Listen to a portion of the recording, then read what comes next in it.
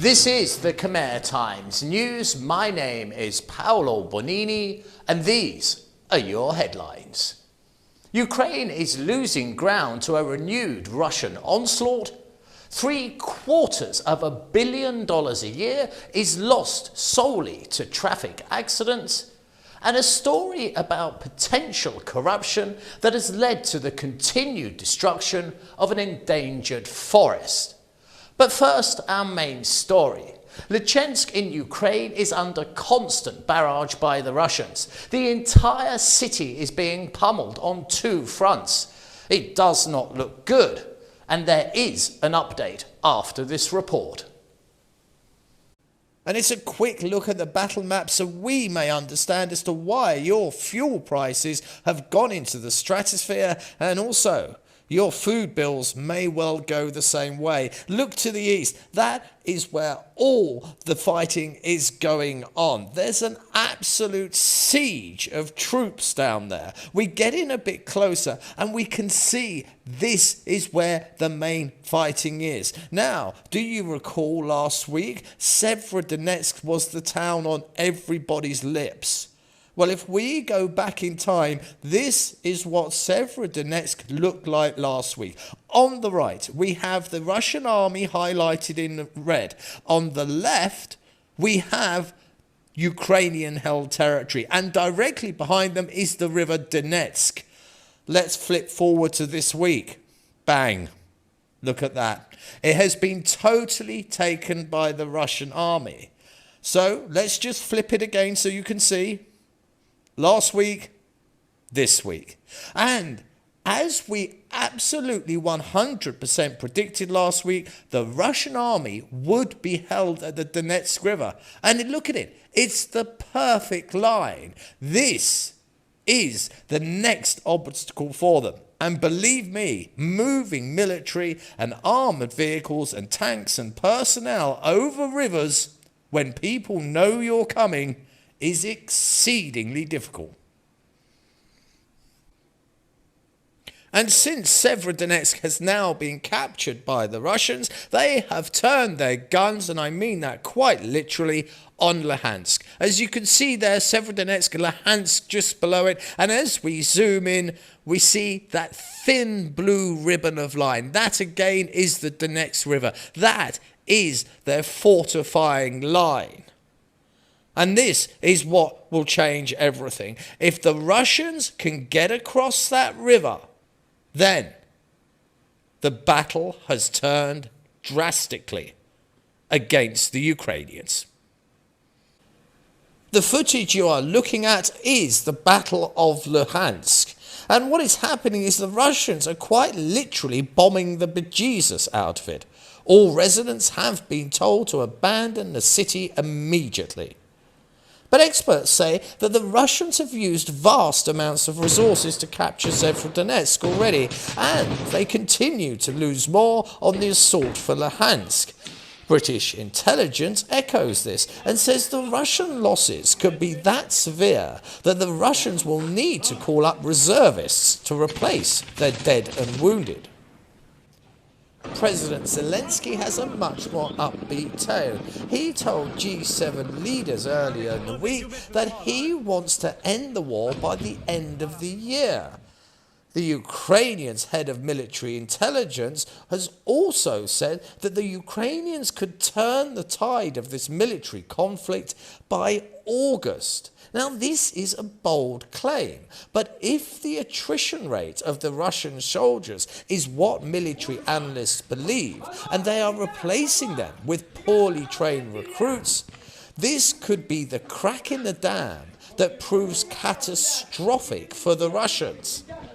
Add into that the huge aid packages that have just been signed that gives them weapons like these. These are long-range missiles, and these are now what the Americans are supplying the Ukrainians, and this footage has an eerie beauty about it. But if we look at its cousin, the BM-21 rocket launch system, we see what it is. It is a vicious weapon of war. And it is not just those two systems. There is also a much larger one. This is the S-300 surface-to-air missile system. It is an absolute giant. So yes, the Russians have taken Severodonetsk, but they have fallen upon the Ukrainians' defensive line of the Donetsk River. And behind that line is a beast that spits fire and can reach out and cause destruction and mayhem on an unimaginable scale.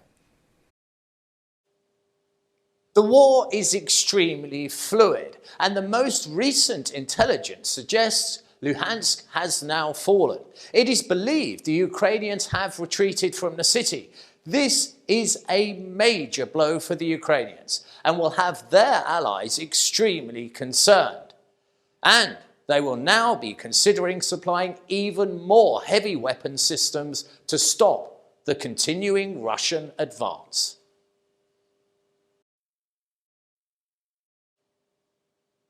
Both food and energy costs have soared, causing immense hardship, especially to the poor. Imagine already struggling to keep the lights on and your children fed, and all you ever see is rising prices. It's like drowning in a financial sea of woe, and many just can't keep their heads above water. The surge in prices is due to the Russia-Ukrainian war and are gravely impacting ordinary people. With oil prices rising, costs of downstream products will also have to rise. At current, farmers are paying a lot more for fertilizer, and it is the customer who will bear the cost of this increase. Development in Agriculture has said that many farmers would give up cultivating crops if prices of oil continue to increase. They have suggested that the government mitigate the problem by fuel hedging, which is to buy fuel in advance at a predetermined price. The Development Life Association also joined the call for the government to intervene, saying, skyrocketing fuel prices in Cambodia are affecting livelihoods and the daily lives of the poor especially. They urged the government to reduce taxes on petroleum so that savings can be passed to users that in turn will result in lower commodity prices. Almost everything has gone up in price: petrol, vegetables, fish, meat and rice.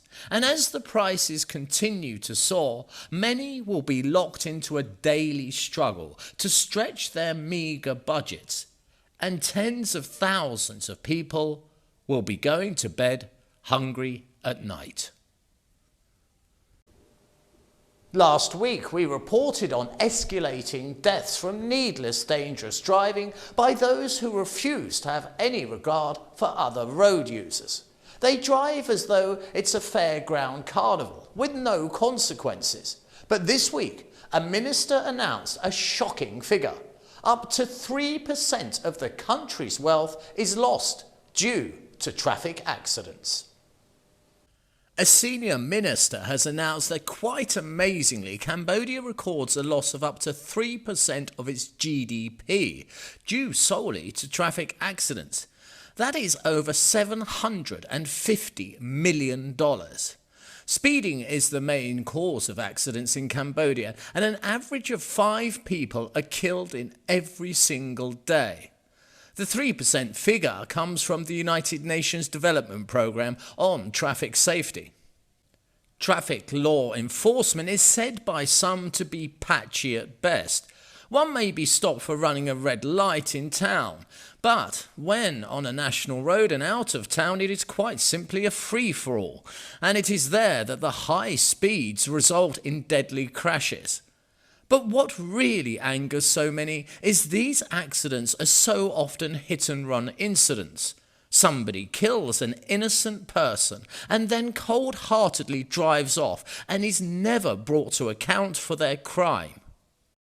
The situation is further exacerbated by the vast percentage of drivers who have absolutely no training on how to drive a vehicle safely. With such a cocktail of inexperience and lack of training mixed with lethal selfishness, the result can only ever be an escalating death toll. The fear that monkeypox was thought to be a chapter very similar to COVID, with lockdowns, travel restrictions and a further blow to businesses, already reeling. But the WHO has now downgraded their concerns and have assessed the risk to be only moderate. The World Health Organization has said this week that the overall risk posed by monkeypox is assessed as moderate globally, but saying that the risk is considered to be high in the European region due to widespread outbreaks involving several newly affected countries. In those newly affected countries, cases mainly, but not exclusively, have been confirmed among young men who have had recent sexual contact with a new or multiple male partners. The unexpected appearance of monkeypox and the wide geographic spread of cases indicate that the monkeypox virus might have been circulating below levels detectable and might have been undetected for an awful long time.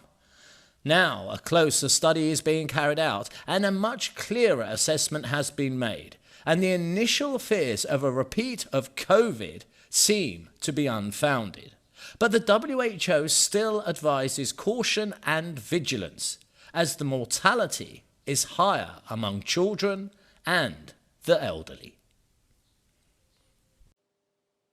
The continued destruction of Cambodia's dwindling forests is nothing short of a tragedy. Those who live in one of the wildlife sanctuaries are pointing the finger squarely at the officials whose job it is to protect the nature reserve. Locals say it is officials themselves whose duty it is to protect the fragile ecosystem that are aiding and abetting criminals to destroy Cambodia's fast disappearing natural resources. Illegal logging is on the rise in the wildlife sanctuary at Mondulkiri province. Timber traders are stealing luxury wood and smuggling it to Vietnam, right under the noses of what locals say are corrupt local authorities. The illegal trade in luxury wood exploded after the Cambodian-Vietnam border reopened recently. The indigenous community who live in the area said that the timber traders have started to hire villagers to cut down trees in Srey Pok Wildlife Sanctuary, while authorities are nowhere to be seen. A resident in the area who wished to remain anonymous said recently a group of villagers were hired by a trader who is the wife of a lieutenant general in the district, an area notorious for channeling illegal timber into Vietnam. Trees felled in the wildlife sanctuary are taken along National Road 76 and through the Nam Ram Environmental Office of Srey Pok Wildlife Sanctuary, directly past the authorities whose job it is to protect the forest. The residents have asked Mondulkiri authorities to stop the timber traders and to enforce the law. Alarmingly, traders can complete 10 round trips to the border in just 24 hours. The looting is wholesale. Locals say that those officials whose job it is to stop the continued rape of both forest and wildlife are taking bribes to look the other way, and they should be prosecuted. If environmental officials do not act, it won't be long before the remaining forest and wildlife will be destroyed, all due to the greed of a few who will sell their country's natural heritage for a handful of dollars. And now it's time to look at our sports news.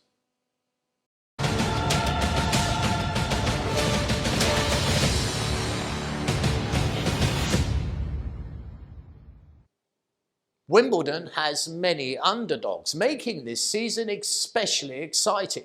And the centre court crowd were in raptures and screaming their support for Van Rittenhoven, who is ranked outside the world's top 100 and making his Grand Slam debut at the age of 25. The crowd went ballistic when he broke Djokovic in the second set to take it 6-4, but the Serb was dominant from then on. Djokovic had to up the pace to beat the 11 p.m. curfew, which would have seen the match suspended until the next day. He powered through the next two sets, and once again, the champ dominated and has secured his place in the quarter-finals. It's time to have a look ahead and see what the weather has in store for us next week. Looking out of my window, I can see weather. And if you look out of your window, you'll probably see weather too. It's a very common experience. But what you can't see is the weather of the future. That's why this is here. And what we see is Saturday, Sunday, all the way through into the beginning of next week is rain and storms. But it's not only that. We are looking at blistering high humidity that will reach into the 90s. This has been the Khmer Times News. You can contact myself at the studio by mailing us at ktnewsstudio@gmail.com. Please do subscribe and comment and stay up to date with all the breaking news by following us on both Facebook and Telegram. This has been Paolo Bonini, and that was the week that was. I'll see you next weekend for your weekly Roundup.